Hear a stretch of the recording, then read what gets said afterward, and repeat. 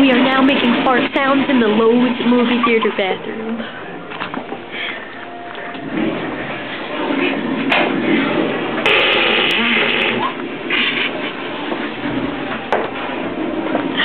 Oh my god.